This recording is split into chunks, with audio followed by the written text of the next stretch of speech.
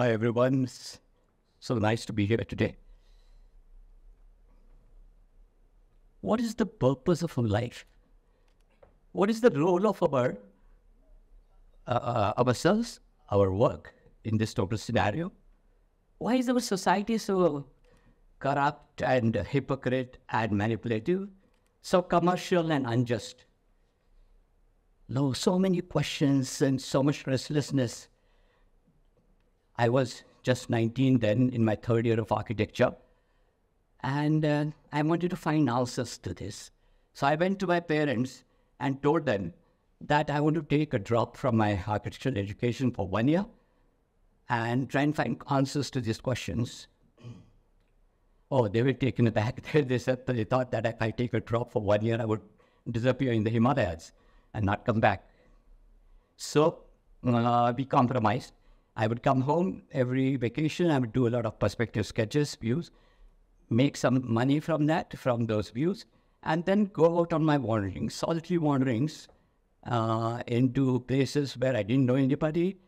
Any kind of mode of transport was used. I would sleep in the dormitories. I sleep on beaches. I would sleep in the temples or mosques, and sometimes I've even slept on park benches. So, but this wandering and pondering taught me a lot. There was so much learning.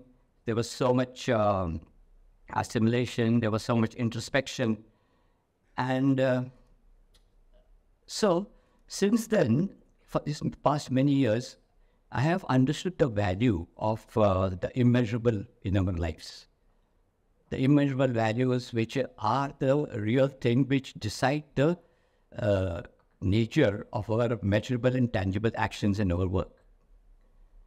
I also became one with this wholeness of life. I knew my place in this world as a minuscule strand in this fascinating web of life. And so this changed my entire attitude to life and my work. And the greatest connect that I developed from this was my connect to nature. And of course, to whole life. And because of this, it has this connect to nature and oneness with nature has been responsible for many of my decisions in life.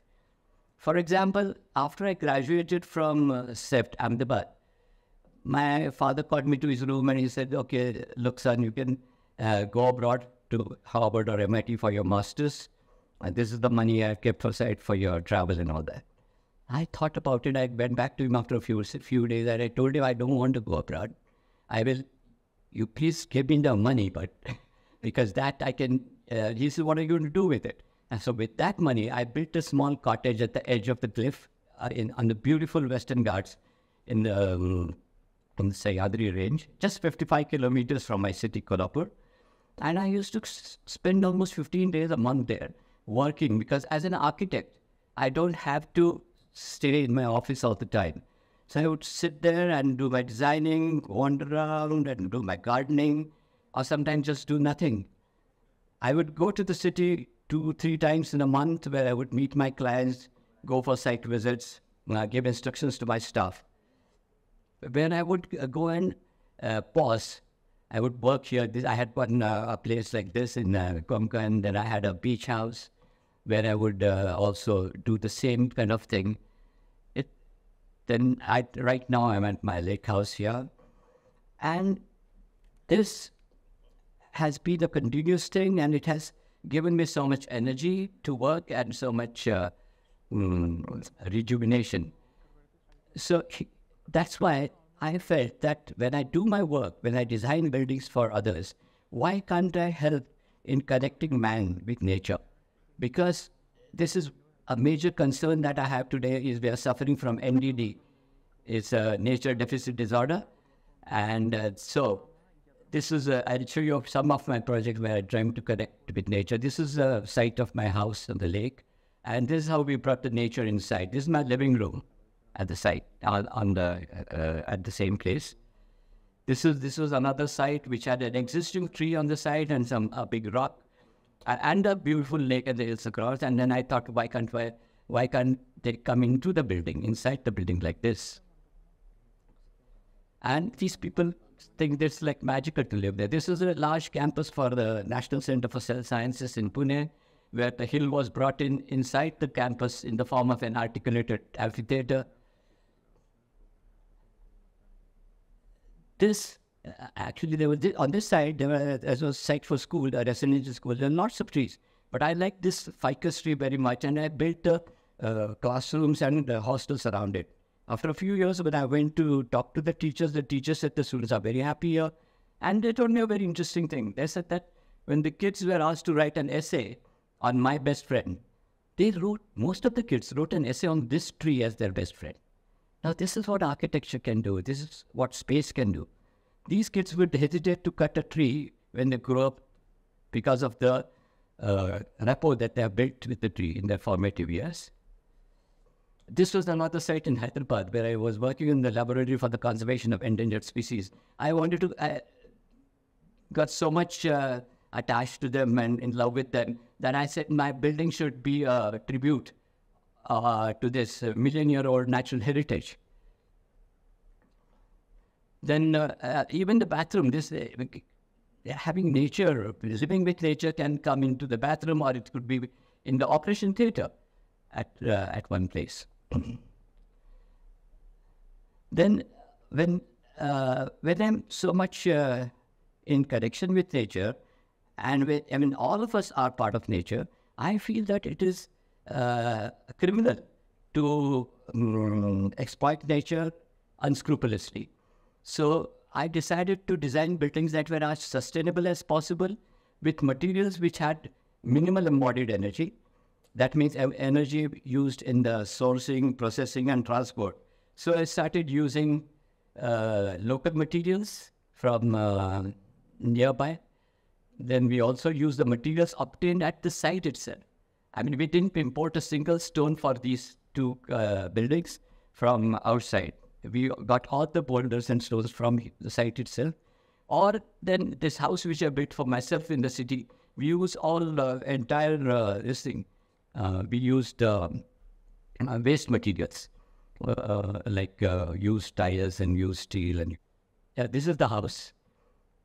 And you will see that even small pieces of waste tiles or flooring tiles have been used to create this flooring pattern.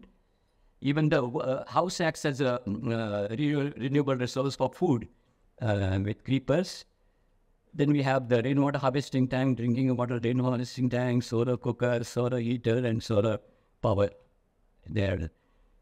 We can live a sustainable life by having multiple use of the same space.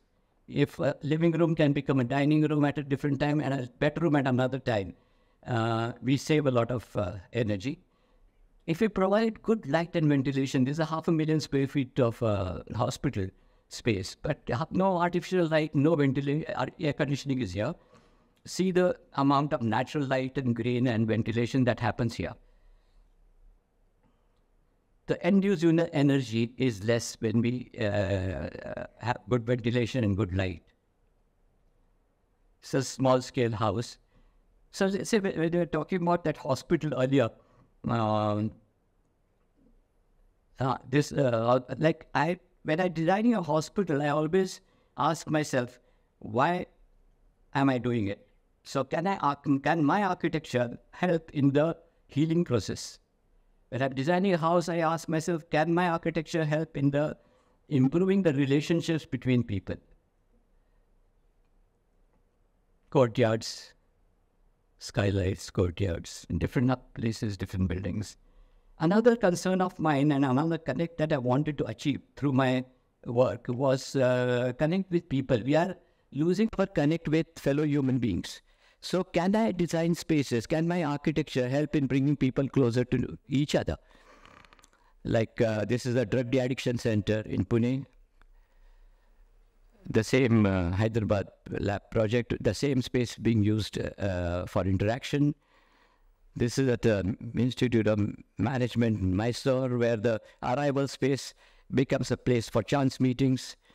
The amphitheater is used in many different ways for people to sit, yoga, and different jam sessions and whatever. Here, in the first slide, flooring becomes a play because I have inlaid the chessboard in the flooring itself. So the kids just come there and sit there, they have music classes under that tree, or informal get-together and meeting spaces like this. So when one is sort of connected to this fullness and wholeness of life, a beautiful contentedness descends. And when there is this contentedness within us, the need to have more and more and more disappears, and honesty, integrity, and simplicity happens. Here, simplicity is not something that we reach as a goal, but the simplicity that I'm talking about is the one that we approach when we come nearer to the true meaning of life. So this was very important for me, this simplicity. Like, this is my living room at the complex. You will see that if I'm sitting here facing this side, I'm in the living room. If I feel hungry, I just turn around, I'm at the dining table. After the food, I can just lie down here and have my siesta. So life can be very simple. So why not simplify it? Why are we complicating it so much? That's the bedroom. The study, I mean, millions and millions of square feet of space have been designed. The initial design has been done in this way. Another disconnect that I find in today's world is the disconnect with our own selves. I mean, it is very important for us to connect to our inner self. And for that, silence and solitude have been very important for me. And that is why I've always had these places of retreat away from the city, where I can work, and again I come back and expend my energy in the city, but then I go back and recharge myself with nature.